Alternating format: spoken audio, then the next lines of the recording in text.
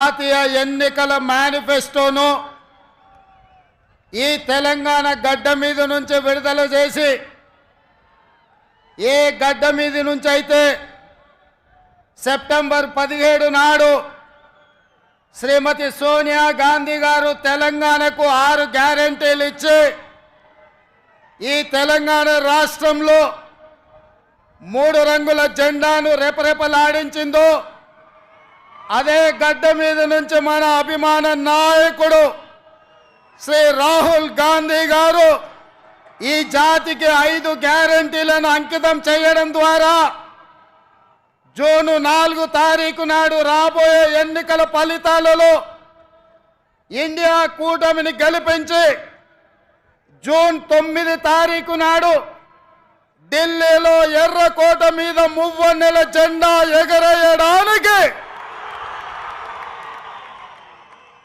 ఈరోజు వారు ఇక్కడికి రావడం జరిగింది. మిత్రులారా, ఉత్తర తెలంగాణ నుంచి గోదావరి నది, దక్షిణ తెలంగాణ నుంచి కృష్ణా నది పోటెత్తి తుక్కుగూడలో సునామీని సృష్టిస్తే ఎట్లా ఉంటుందో వందలు వేలు లక్షలలో కాంగ్రెస్ పార్టీ కార్యకర్తలు రాజీవ్ గాంధీ ప్రాంగణం తుక్కుగూడలో కదము తొక్కితే ఆనాడు బీఆర్ఎస్ ను తుక్కుగా ఎట్లా తొక్కిండ్రో మళ్ళీ ఈరోజు అదే ఉత్సాహంతో, అదే ఊపుతో, అదే పట్టుదలతో ఈ తుక్కుగూడ నుంచి భారతీయ జనతా పార్టీని తుక్కు తొక్కడానికి కదం తొక్కినందుకు మీకందరికీ మనస్ఫూర్తిగా హృదయపూర్వకంగా నమస్కారాలు తెలియజేస్తున్న మిత్రులారా,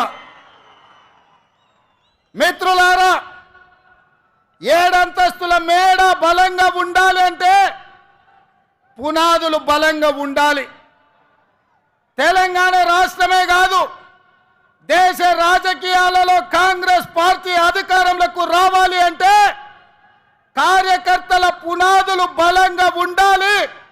తండాలలో, గూడాలలో, మారుమూల పల్లెల్లో, పట్టణాలలో మీలాంటి లక్షలాది మంది కార్యకర్తలు కాంగ్రెస్ పార్టీ సైనికులై 100 అంతస్తుల మేడలను నిర్మించాలన్నా మీరు సైనికులుగా నిలబడి కొట్లాడినప్పుడే పార్టీ నిలబడుతుంది.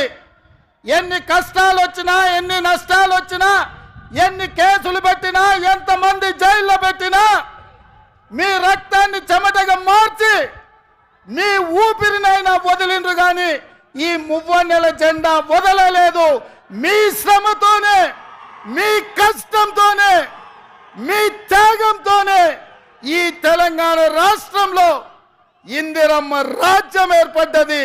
ఇందిరమ్మ రాజ్యంలో సోనియమ్మ ఇచ్చిన సంక్షేమాలు 6 గ్యారెంటీలను ఇవాళ మనం అమలు చేస్తున్నాం. సోదరులారా, ఇవాళ మిత్రులారా, ఈ తెలంగాణ స్ఫూర్తితో, ఈ వైబ్రెంట్ తెలంగాణ నినాదంతో జాతీయ స్థాయిలో నరేంద్ర మోడీ గారు ఏదైతే గుజరాత్ మోడల్ అంటుండో గుజరాత్ మోడల్ మీద వైబ్రెంట్ తెలంగాణ ఆధిపత్యాన్ని చూపిస్తుంది, అభివృద్ధి పదం వైపు ఈ దేశాన్ని నడిపిస్తుందని ఈ సందర్భంగా సవినయంగా తెలియజేస్తున్న మిత్రులారా, ఇవాళ ఆలోచన చేయండి.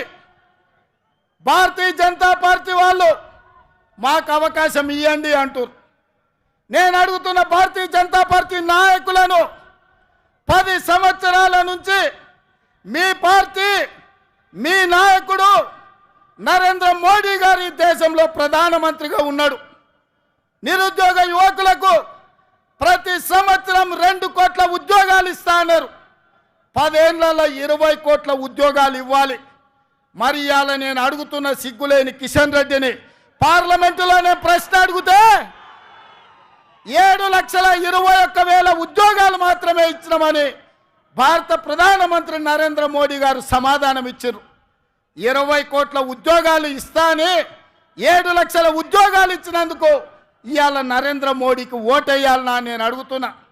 రైతుల ఆదాయాన్ని రెండింతలు చేస్తామని మాట ఇచ్చిన మీరు వేలాది లక్షలాది మంది రైతులు ఢిల్లీ సరిహద్దుల్లో రైతు వ్యతిరేక నల్ల చట్టాలను తెస్తే 16 నెలలు సైనికులాగా పోరాటం చేసి 750 మంది రైతులు అమరులైతే కనీసం ఆ రైతులను పరామర్శించలేదు, ఆ కుటుంబాలను ఆదుకోలేదు. రైతులను చంపినందుకు భారతీయ జనతా పార్టీకి ఇవాళ ఓటేయాలనా నేను అడుగుతున్నా. 2022 వరకు ప్రతి పేదవాడికి ఇల్లు ఇస్తున్న నరేంద్ర మోడీ తెలంగాణ రాష్ట్రంలో ఎన్ని ఇళ్ళు ఇచ్చిందో లెక్క చెప్పి మీరు ఓట్లు అడగాలని నేను ఇవాళ బీజేపీ నాయకులను అడుగుతున్నా. ఇవాళ నరేంద్ర మోడీ గారు మతాల మధ్యలో చిచ్చు, ప్రాంతాల మధ్యలో చిచ్చు, భాషల మధ్యలో చిచ్చు, ఇవాళ వరకు చిచ్చు పెట్టి విభజించి ఇప్పటి వరకు అధికారం నిలబెట్టుకున్నాడు. ఇక ఇప్పుడు దేశాన్నే విభజించి చిచ్చు పెట్టి మూడోసారి అధికారం రావాలని కుట్ర చేస్తుండు. ఇవాళ దక్షిణ భారతదేశం ఉత్తర భారతదేశం మధ్యలో చిచ్చు పెట్టి దేశాన్ని విభజించే పరిస్థితి నరేంద్ర మోడీ గారు తెచ్చిండ్రు. అందుకోసం ఓట్లు వేయాలనా నేను అడుగుతున్నా. అంతెందుకు మిత్రులారా, హైదరాబాద్ నగరంలో వరదలు వచ్చినాయి, లక్షలాది మంది నిరాశ్రయులైనరు. ఆనాడు ఢిల్లీ నుంచి నరేంద్ర మోడీ నుంచి ఒక్క పైసైనా సికింద్రాబాద్ ఎంపీ కిషన్ రెడ్డి తెచ్చిండా? సిగ్గులేని కిషన్ రెడ్డి మునిగిపోతే ఒక్క పైసదేలే. ఇవాళ ఏ ముఖం పెట్టుకొని ఇవాళ ఓట్లు అడుగుతున్నామని నేను చెప్తున్నా. అందుకే మిత్రులారా, నరేంద్ర మోడీ అన్న నమో అంటే నమ్ముతే మోసం. 10 ఏళ్ళు ప్రధానమంత్రిగా ఉన్నాడు, ఇవాళ మళ్ళీ ఓటేయమంటుండు. బీజేపీకి ఓటేస్తే ఆయన మన చంద్రమండలానికి రాజు అవుతాడా? 10 ఏళ్ళు ప్రధానమంత్రిగా ఉండి పాలమూరు రంగారెడ్డి ఎత్తిపోతల జాతీయ ప్రాజెక్ట్ ఇవ్వలే, ఐటీఐఆర్ కారిడార్ ఇవ్వలే, విశాఖ మనకు బయ్యారం ఉక్కు కర్మాగారం ఇవ్వలే, రైల్వే కోచ్ ఫ్యాక్టరీ ఇవ్వలే, గిరిజన యూనివర్సిటీ నిన్నగాక మన్నిచ్చిండు. 10 ఏళ్ళు అయింది. రాష్ట్ర పునర్విభజన చట్టంలో కాంగ్రెస్ పార్టీ ఇచ్చిన హామీలు ఏవి అమలు చేయలే. 7 మండలాలను ఆంధ్రప్రదేశ్కు తాకట్టు పెట్టిండు.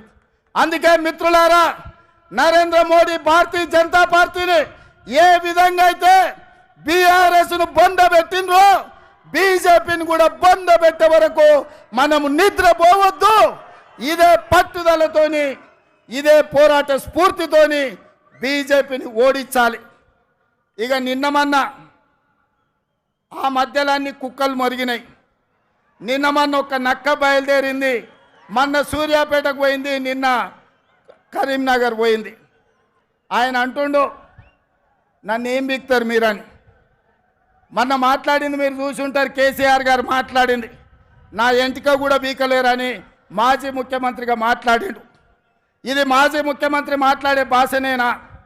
భాష గురించి, భావం గురించి, ప్రజా సమస్యల గురించి మాట్లాడే చంద్రశేఖర్ రావు 10 సంవత్సరాలు ఈ తెలంగాణ రాష్ట్రంని పట్టి పీడించి వేధించి దోసుకొని దోపిడి దొంగలాక అడవి పందుల్లాక తెలంగాణ రాష్ట్రాన్ని సర్వనాశనం చేసి 10 సంవత్సరాలలో 100 సంవత్సరాల విధ్వంసం చేసినావు. ఇవాళ మమ్మల్ని ఎంటిక బీకలేరంటావా? మా కాంగ్రెస్ పార్టీ కార్యకర్తలు అనుకుంటే నీ ముడ్డి మీద డ్రాయర్ కూడా ఉండదు పీకడం మొదలు పెడితే. బిడ్డ నువ్వు అనుకుంటున్నావేమో కాలు ఇరిగిందని, లేకపోతే కట్టెపట్టుకొని నడుస్తున్నా అని, కూతురు జైలుకు పోయిందని, అధికారం కోల్పోయిందని. కొంతకాలం మేము సంవయనం పాటించినాం. ఏ మనిషికైనా కష్టం వచ్చినప్పుడు మేము మానవత్వంతో మీ గురించి మాట్లాడకుండా మర్యాద పూర్వకంగా వ్యవహరించినాం. ఇవాళ నువ్వు అనుకుంటున్నావు నువ్వు ఏది పడితే అది మాట్లాడితే చూస్తూ ఊరుకుంటామని. చూస్తూ ఊరుకునేటోడు ఎవరు లేరు. నేను పెద్దలు జానారెడ్డి గారి లాగా కాదు, నేను రేవంత్ రెడ్డిని బిడ్డ. అంగిలాగు ఊడదీసి నువ్వు మాట్లాడే లత్కోర్ లఫంగ మాటలకు చెర్లపల్లి జైల్లో చిప్పకూడు తినిపిస్తా బిడ్డ. నువ్వు అనుకుంటున్నావేమో. ఆనాడు చెప్పినా ఈనాడు చెప్తున్నా, నువ్వు పేదలకు డబుల్ బెడ్రూమ్ ఇల్లు కట్టియలే, నేను మాత్రం నీకు తప్పకుండా డబుల్ బెడ్రూమ్ ఇల్లు కట్టిస్తా చెర్లపల్లి జైల్లో. ఎందుకంటే కొడుకు కోడలు వస్తే యాడు ఉండాలి, బిడ్డ అల్లుడు వస్తే యాడు ఉండాలి. అందరు కలిసి చెర్లపల్లి జైల్లో ఉండేటట్టు మీకు డబుల్ బెడ్రూమ్ ఇల్లు కట్టించే బాధ్యత మా లక్షలాది మంది కాంగ్రెస్ పార్టీ కార్యకర్తలు తీసుకుంటారని చెప్పి నేను ఈ వేదిక మీద నుంచి చెప్పదలుచుకున్నా. అందుకే మిత్రులారా, మీరు ఆలోచన చేయండి. డిసెంబర్ 7 నాడు మనం అధికారం చేపట్టి డిసెంబర్ 9 నాడు ఆడబిడ్డలకు ఆర్టీసీలో ఉచిత ప్రయాణం, రాజీవ్ ఆరోగ్యశ్రీ ద్వారా ప్రతి పేదవాడికి 10 లక్షల రూపాయలు ఉచితంగా వైద్యాన్ని అందించే నిర్ణయాలు తీసుకున్నాం. ఇదే కాదు, మా మిత్రుడు పెద్దలు బట్టి విక్రమార్క గారు ఆర్థిక సమస్యలు, రాష్ట్రం సంక్షోభంలో ఉంటే, జీతభత్యాలు ఇవ్వలేని పరిస్థితిలో రాష్ట్రం ఉంటే ప్రభుత్వ ఉద్యోగులకు అదేవిధంగా పెన్షన్దారులకు 1వ తారీఖు నాడు జీతభత్యాలు ఇచ్చి రాష్ట్ర ఆర్థిక పరిస్థితిని గాడిలో పెట్టిండు. ఇదే కాదు, ఆడబిడ్డలను దృష్టిలో పెట్టుకొని కట్టెల పొయ్యితోని కన్నీళ్లతోని ఆడబిడ్డలు కష్టపడుతుంటే వాళ్ళ కన్నీళ్లు తూడవడానికి సోనియమ్మ మాట ప్రకారం 500 రూపాయలకే ఆడబిడ్డలకు సిలిండర్ ఇచ్చి ఆడబిడ్డల కష్టాలు తీర్చినాం. అదే కాదు, పేదవాళ్లకు ఇంటింటికి ఉచితంగా 200 యూనిట్ల పథకాన్ని అమలు చేసి నిరూపించినాం. ఇదే కాదు, ఇవాళ చంద్రశేఖరరావు గారిని నేను అడుగుతున్నా, ఆనాడు పల్లెల్లో, తండాలలో, గూడాలలో ఇందిరమ్మ ఇండ్లు 25 లక్షలు మేము కట్టించినాం. మా కోమటిరెడ్డి ఎంకన్నా చెప్తున్నాడు, ఇందిరమ్మ ఇండ్ల గురించి నువ్వు చెప్పాలి. మిత్రులారా, నేను ఇవాళ అడుగుతున్నా, 10 ఏళ్ళ సన్నాసి కట్టించిన, సోయిలేని ప్రభుత్వం కట్టించిన డబుల్ బెడ్రూమ్ ఇండ్లు ఎన్ని ఉన్నాయి? ఇవాళ మనం 4.5 లక్షల ఇందిరమ్మ ఇండ్లు 22,500 కోట్లతో ఖమ్మం జిల్లాలో మిత్రుడు పొంగులేటి శ్రీనివాసరెడ్డి ఆ శాఖలో మనం పనులు ప్రారంభించుకున్నాం. లక్షలాది ఇందిరమ్మ ఇండ్లు కట్టించే బాధ్యత మాది. నేను అందుకే ఇవాళ సవాలు విసురుతున్న చంద్రశేఖరరావుకు, డబుల్ బెడ్రూమ్ ఇండ్లు కట్టించిన ఊర్లలో నువ్వు ఓట్లాడుగు, ఇందిరమ్మ ఇండ్లు ఉన్న ఊర్లలో మేము ఓట్లు అడుగుతావు, మీకు డిపాజిట్లు వస్తే చూసుకుందామని చెప్పి నేను సవాలు విసురుతున్నా. అందుకే మిత్రులారా, ఇవాళ ఈ రాష్ట్రంలో జరగబోయే ఎన్నికలు నేను ఒక్క మాట ఈ వేదిక మీద నుంచి సూటిగా నరేంద్ర మోడీ, కల్వకుంట్ల చంద్రశేఖరరావుకు విసిరదలుచుకున్నా. నేను, నా మిత్రులు, నా సహచర మంత్రివర్గం 100 రోజుల్లో మా పరిపాలన మీ ముందల పెట్టినాం, మా పాలసీలు మేము అమలు చేసినాం. ఇవాళ నేను అడుగుతున్న మిత్రులారా, 100 రోజుల్లో మేము మంచి పాలన ఇస్తే, సంక్షేమ పథకాలు అమలు చేస్తే, 6 గ్యారంటీలు అమలు చేయడానికి చిత్తశుద్ధితో ప్రయత్నం చేస్తే తెలంగాణ రాష్ట్రంలో మమ్మల్ని 14 సీట్లలో గెలిపించండి. ఒకవేళ మా పాలన సరిగ్గా లేకపోతే మాకు ఓటు ఇవ్వాలనో లేదో మీరు ఆలోచన చేయండి. మేము ఈరోజు నిజాయితీగా కడుపు కట్టుకొని కష్టపడి రోజుకు 18 గంటలు నిరంతరం కష్టపడి ఇవాళ 6 గ్యారెంటీలను అమలు చేసి ఇవాళ మేము ముందుకు వచ్చినాం. అందుకే తెలంగాణ సమాజానికి మేము భవిష్యత్తులో మంచి పాలన అందించాలి, ఢిల్లీ నుంచి నిధులు తెచ్చుకోవాలి, ఢిల్లీ నుంచి అనుమతులు తెచ్చుకోవాలి అంటే తెలంగాణ నుంచి 14 ఎంపీలు మాకు కావాలి. ఇవాళ రాహుల్ గాంధీ గారిని ఈ దేశానికి ప్రధానమంత్రిని చేయాలి అంటే తెలంగాణ రాష్ట్రం ఇచ్చిన సోనియమ్మ బిడ్డ కన్యాకుమారి నుంచి కశ్మీర్ వరకు 4000 కిలోమీటర్లు మండు టెండల్లో, మంచు కొండల్లో తెలంగాణలో కూడా 22 రోజులు పాదయాత్ర చేసిండు. ఈ దేశంలో ఏ నాయకుడైనా పేదల కోసం, దళితుల కోసం, గిరిజనుల కోసం, మహిళల కోసం, మైనార్టీల కోసం, యువకుల కోసం 4000 కిలోమీటర్లు ఎవరైనా పాదయాత్ర చేసిండ్రా? మన నాయకుడు రాహుల్ గాంధీ గారు మండు టెండల్లో, మంచు కొండల్లో కన్యాకుమారి నుంచి కశ్మీర్ వరకు పాదయాత్ర చేసి పేద ప్రజలకు అండగా నిలబడ్డాడు. ఇదే కాదు, మణిపూర్ నుంచి ముంబై వరకు 6700 కిలోమీటర్లు మొత్తం 25 రాష్ట్రాలలో ప్రజల కోసం ప్రాణ త్యాగం చేయడానికి సిద్ధమై పాదయాత్ర చేశాడు. మరి అలాంటి నాయకుడు ఈ దేశానికి ప్రధానమంత్రి కావాలన్నా? హెలికాప్టర్లో తిరుక్కుంటూ, విదేశీ పర్యటనలు చేసుకుంటూ, గంటకు డ్రెస్సులు మార్చుకుంటూ, చెప్పిన అబద్ధం చెప్పకుండా జనాలను వంచిస్తున్న నరేంద్ర మోడీ ఈ దేశానికి ప్రధానమంత్రి కావాలన్నా? ఈ దేశంలో ఉన్న యువకులారా మీరు ఆలోచన చెయ్యండి. ఎందుకంటే పదే మోడీ గారు అంటున్నారు పరివార్ హే కాంగ్రెస్ అని. భయ్యా రాहुल भैया, मैं एक बात साफ साफ मैं कहना चाहता हूं, आने वाले चुनाव नहीं है, ये लड़ाई है। ये लड़ाई दो परिवारों के बीच का लड़ाई है। एक परिवार नरेंद्र मोदी परिवार, दूसरे परिवार गांधी परिवार। नरेंद्र मोदी जी के परिवार में ईवीएम है, ईडी है, इनकम टैक्स है, सीबीआई है। ये चार और नरेंद्र मोदी जी का परिवार है।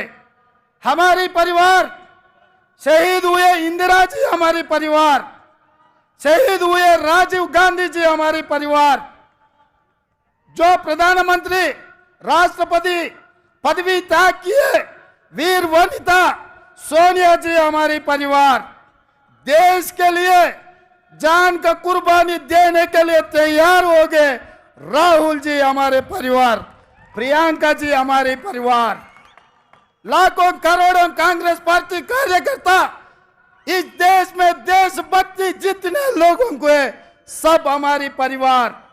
ये परिवार में देखेंगे नरेंद्र मोदी परिवार जीतेगा या गांधी परिवार जीतने वाले। देश के लिए शहीद हुए परिवार इस लड़ाई में जीतने वाले हम देखेंगे। हम टक्कर लेंगे बराबर। नरेंद्र मोदी जी का परिवार से टक्कर लेंगे। ईवीएम को हरा देंगे, ईडी को हरा देंगे, सीबीआई को हरा देंगे, वैसे ही इनकम टैक्स वाले को भी हम हरा देंगे। इस देश को बचाने के लिए, संविधान को बचाने के लिए हम लोग कोशिश करेंगे। नहीं है तो ये देश बचेगा नहीं। संविधान को बदलने के लिए नरेंद्र मोदी साजिश कर रहा है। ये रोकने के लिए आपके साथ पूरा तेलंगाना खड़े रहकर आपके मदद में हम रहेंगे। इस लड़ाई में हम शहीद हुआ भी कोई परवाह नहीं है, हम आपके साथ ये जंग लड़ेंगे। आप सब लोग तैयार है? तैयार है? तैयार है? तैयार है? जो तैयार है सब खड़े रहो। आने वाले चुनाव में राबोये एन्निकల్లో राहुल गांधी तो